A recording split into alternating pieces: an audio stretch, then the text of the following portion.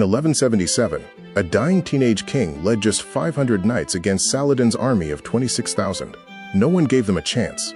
What followed became one of the most staggering upsets in the history of medieval warfare. The Holy Land shimmered beneath a merciless sun.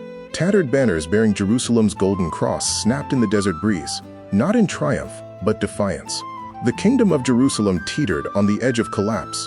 Its ruler, King Baldwin IV, was barely 16, his body consumed by leprosy, his flesh slowly surrendering to a disease that had already marked him for death. His people called him the Leper King. Yet beneath that crumbling frame blazed a will that few healthy men could match. To the south, a storm was taking shape. Sultan Saladin, had unified the fractured Muslim world beneath his green banners and assembled a force of 26,000 warriors, Mamluk cavalry, Sudanese infantry, and swift Turkish archers. His objective was unambiguous: destroy the Crusader kingdom and reclaim Jerusalem for good. News of the invasion swept through the capital like fire. In the royal court, fear passed between lords in hushed voices. "We cannot face him," one baron pleaded. "He outnumbers us 50 to 1. Others urged locking the gates and begging for mercy. But Baldwin rose from his throne, trembling and pale, and silenced the room. "If God wills it," he said quietly, "then I ride. Jerusalem does not surrender while I still draw breath." It bordered on madness, yet it ignited something in the hearts of his men. The Knights Templar rallied to his banner. The Hospitallers followed. From distant keeps and small towns came barely 500 mounted knights and a modest force of foot soldiers. That was all that remained between Saladin and the Holy City. As they rode south from Ascalon, the landscape opened into waves of sun-bleached rock and sand. Baldwin led from the front, his ravaged face hidden behind a polished silver mask, his hands barely steady on the reins. The Templar Grand Master, Odo de Saint-Amand, rode at his side. "My lord, we march toward our graves," he said quietly.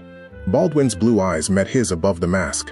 "Then let us march as though we are already beyond death." The mask. "Then let us march as though we are already beyond death." Ahead lay Montgisard and destiny.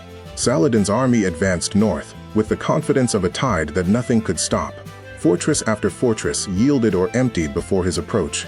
The Sultan rode at the column's head on a black stallion, surrounded by the standards of Damascus, Aleppo, and Cairo, cities once divided, now bound under a single command. One of his younger commanders laughed as he surveyed the northern horizon. "The Franks will scatter before we even draw our blades." Saladin allowed himself a thin smile. "Perhaps. But cornered lions still bite. We will reduce their kingdom to cinders." The army swept through Gaza and Ramla, leaving ruin in its wake. In his haste, Saladin left behind his siege equipment and supply wagons, confident the victory would be swift and clean. The desert, however, punishes overconfidence. His scouts reported that Baldwin had fallen back toward Jerusalem. Saladin ordered the march on the holy city, his men singing of glory and paradise. But as the column wound through the broken terrain near Montgisard, the air grew strangely still. The drumbeats faded. Then, from the ridgeline above came the low moan of horns and the thunder of hooves. 500 armored knights, lances leveled, poured down from the high ground like a wall of iron. At their head rode Baldwin IV, his silver mask flashing in the sun, the golden cross of Jerusalem streaming behind him. What followed defied every calculation of war. The front ranks of Saladin's army had no time to form. The charge struck with the weight of an avalanche. Lances splintered, horses screamed, men vanished beneath steel and hooves. Some soldiers in the rear believed they were under supernatural assault, that the Crusaders had been multiplied by divine power. Saladin wheeled his horse and roared for order. "Close the lines. Hold your ground." But his voice drowned beneath the storm. Baldwin fought with a ferocity that seemed impossible for a man in his condition. Disease had eaten away his body, but something else drove him forward. Something leprosy could not reach. He cut through the disordered lines again and again, his knights reforming behind him with relentless precision. Odo de Saint-Amand rode at his shoulder, voice rising above the chaos. "Drive deep, break their center." Saladin's cavalry attempted flanking maneuvers, but the Templars wheeled to meet each thrust, smashing into the lighter Muslim horsemen with devastating force. Dust rose in choking red-tinged clouds. Trumpets sounded conflicting orders. Camels bolted, banners vanished into the haze. Saladin's bodyguard pressed close around him. "My lord, we must fall back," one shouted. The Sultan's jaw tightened. "I will not flee before a handful of dying men." Yet even he could see what was unfolding. His vast, unbeaten army was cracking under the weight of 500 men who simply refused to yield. By late afternoon, the collapse was complete. Saladin's golden standard swayed and tilted.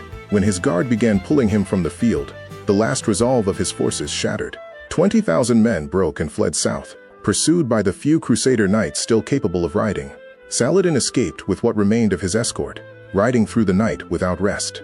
Behind him, the sands around Montgisard bore witness to catastrophe. Baldwin dismounted slowly when the pursuit ended. His legs nearly gave way. He knelt beside his spent horse, blood on his mask and dust on his hands, and whispered into the fading light, "Not by my strength, Lord, by yours." Of the 500 who had ridden from Ascalon, fewer than half returned. Their armor was dented, their faces hollow with exhaustion, but they had shattered an empire. Giovanni of Ibelin, the king's cousin, approached with a voice thick with disbelief. "We have won, sire. Against every imaginable odd, we have won." Baldwin stared toward the distant fires marking Saladin's retreat. Emotion seized his throat. Then, quietly, "It was not our strength. It was the hand of God." He removed the silver mask. His men saw the ravaged face beneath, sunken eyes, pale cracked skin, and not one looked away. Odo de Saint-Amand drove his sword into the bloodied sand and knelt. "Jerusalem lives because you refuse to break." Baldwin shook his head slowly. "I am only a servant," he said. "Nothing more." The return to Jerusalem moved through a transformed countryside. Word had traveled faster than horses. Villagers crowded the roadside, weeping and casting flowers. Church bells rang from every tower as Baldwin passed through the city gates. Children ran alongside his horse, calling his name. The Patriarch of Jerusalem knelt at the doors of the Holy Sepulchre, tears on his face. "The Lord delivered his city through your hands." Baldwin touched the old man's shoulder gently. "Through his mercy, Father, let us give thanks." Inside, the knights laid their swords before the altar. The sound of steel on stone rang through the nave like distant thunder. Soldiers who had killed and watched companions die wept openly. In the doorway, Odo watched his king kneel before the relic of the true cross. "He should have died on that field," he murmured to Giovanni. Giovanni was quiet for a moment. "Perhaps he did," he replied softly. "And what kneels there now is something greater." Outside, the bells rang on. Saladin would return, as Baldwin always knew he would. But for one afternoon in the desert at Montgisard, 500 men had rewritten the arithmetic of war, and the boy who led them never forgot where the credit belonged. When Baldwin IV died in 1185, Jerusalem mourned for 40 days. Word reached Saladin in Damascus. His courtiers waited for a triumphant speech. Instead, the Sultan bowed his head. "May God have mercy on him," he said quietly. He was a king. Courage, it seems, commands respect even among enemies, and some victories outlast the kingdoms that won them.